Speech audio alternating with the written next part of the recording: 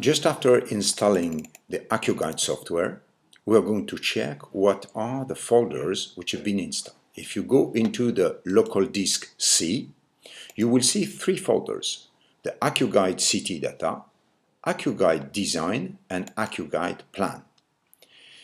If you go to AccuGuide CT data, you will see a series of folders. You should open and name a folder with the name of your patient.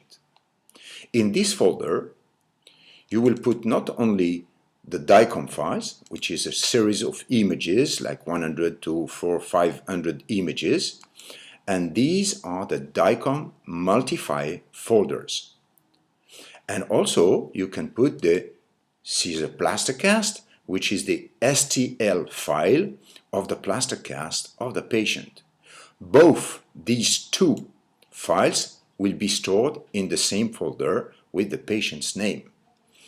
When you open a new case, automatically it will open AccuGuide CT data, and you will select in AccuGuide CT data which DICOM you want to open. The other folder is the AccuGuide Plan folder, and in this AccuGuide Plan folder you will find the files of the patients with the .AccuGuide format. This is when you've been treating an image, planning implants. When you want to save your work, it goes automatically to AccuGuide Plan, and it is stored under the name of the patient or name that you can change. You will get an _max for the max and _man for the mandible.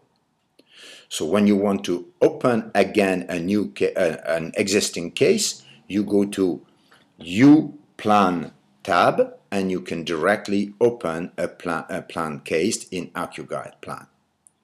The last folder is called the AccuGuide Design folder.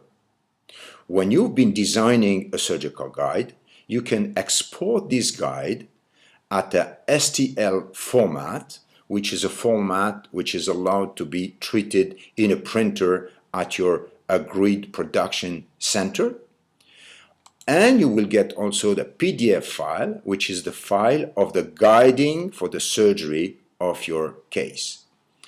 So to sum up, when you go to disk C, you have three folders: AccuGuide CT data, where you store under the name of the patient the files of the DICOM, the files of the plaster cast; AccuGuide Plan, where it's storing the planning of implants; and Design, where you store the PDF file of the surgical guide and the STL file.